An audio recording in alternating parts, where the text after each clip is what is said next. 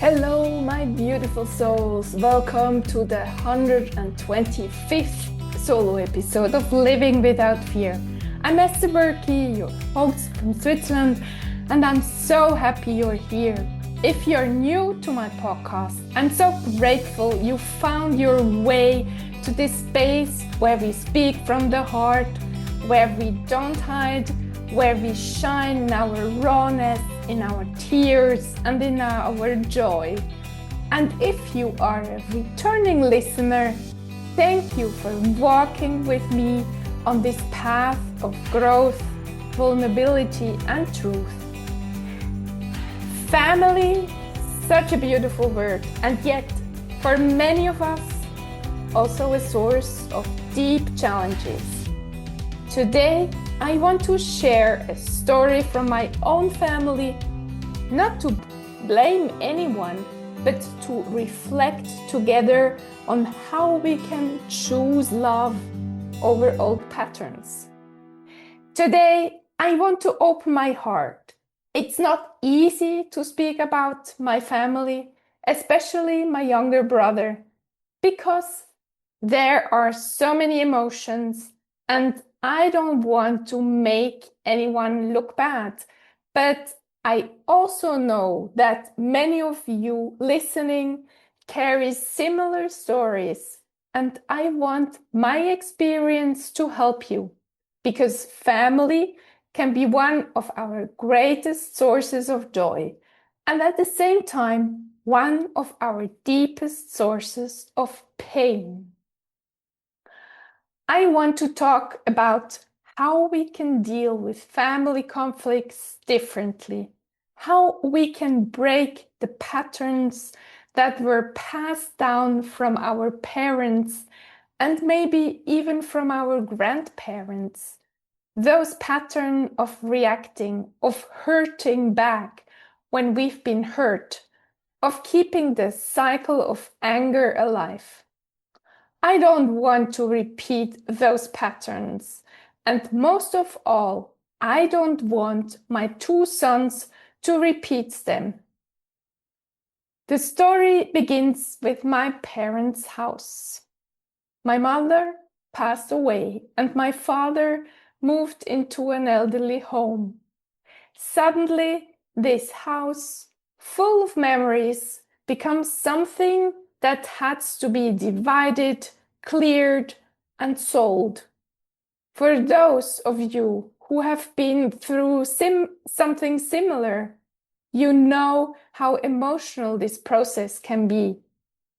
A house is not just walls, it's a container of childhood memories, of laughter and tears, of warmth and wounds. At first, my brother wanted the house for one of his children. But then, when the inheritance process took longer than he liked, he changed his mind. I felt we needed to wait. It's the normal legal process. And also for me, it was a way of honoring our mother's passing. But he didn't want to wait. He finally said he didn't want the house anymore. That decision was unexpected, but it was his choice. The more painful part came later. My brother created an Excel list of things from the house he wanted. I added some bigger items for my elder son and a few things for myself. I didn't want to go into every little detail. Sometimes I just thought, these are family belongings. We will figure it out together. But when my sons and I rented a bus and went to the house, we discovered that my brother had already taken a lot of things without writing them on the list. Even from my old bedroom, even things from my mother that I would have loved to keep. I felt intruded upon, like a piece of my childhood had been taken without asking. When I told him I was hurt, He didn't apologize. Instead, he became angry and asked me to be fair to him. His reaction hurt even more than the missing objects, because what I longed for was understanding, a simple, I see that this is hard for you. But instead, I was met with defense and anger. And here's the truth. That moment broke something in me. Since last year, I had already felt that something was off between us, and I couldn't repair it. This incident made it worse. So, while being at the house, my two sons saw me very upset and very hurt, and my heart broke. Not because of my brother, but because I want to be a role model for my sons. I want to show them that we can deal differently with pain, that we don't need to repeat old family patterns. One sibling hurting another and the other giving it back in the same way. I don't want to live like that, and I don't want them to live like that either. So I apologized to my boys. I told them, I'm sorry you see me so upset. This is not how I want to react. I'm learning too. The next morning, I did what helps me most. I meditated and I journaled. I poured my hurt and my anger onto paper, and slowly the storm inside me calmed down.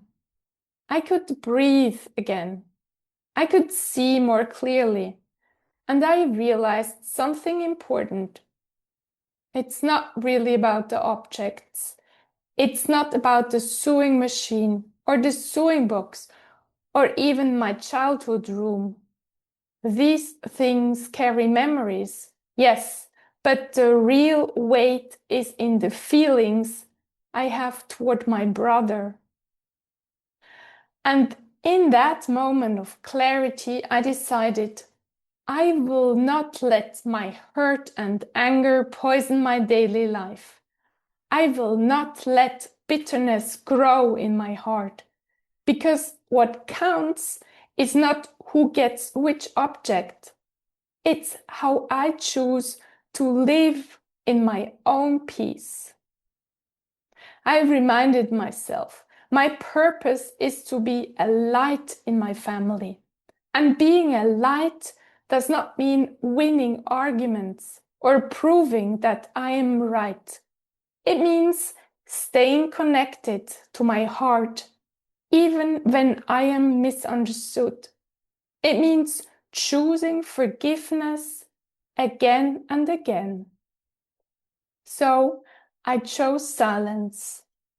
I chose not to respond to my brother's anger, not to explain, not to defend. I let him say what he wants, but I don't react.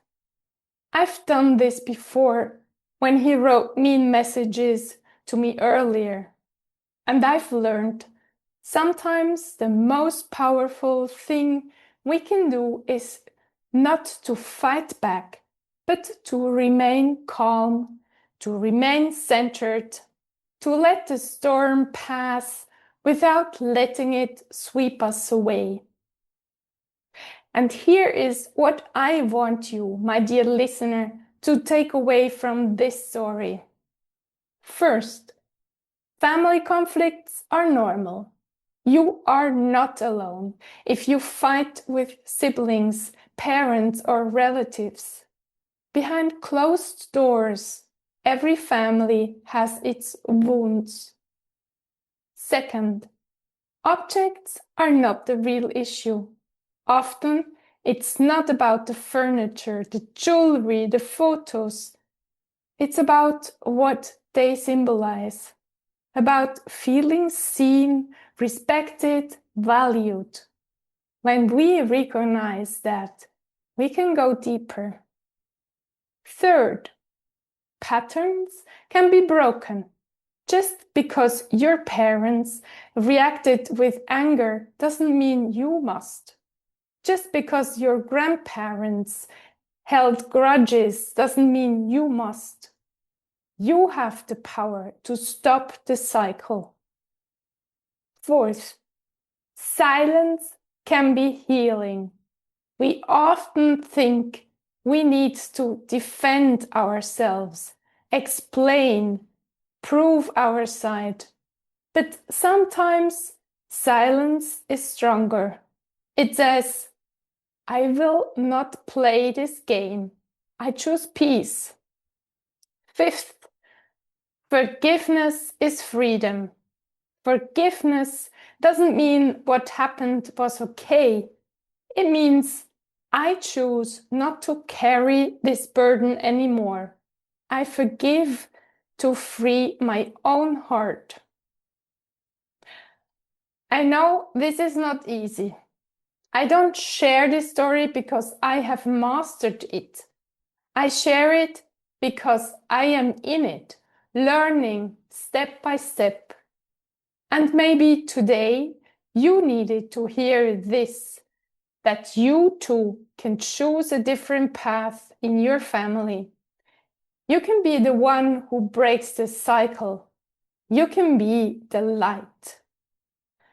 And let me tell you, being the light doesn't mean being perfect. I was upset, and my sons saw it. But even in that moment, I could show them something important, that we can fall and we can get back up, that we can say sorry, that we can learn and grow together.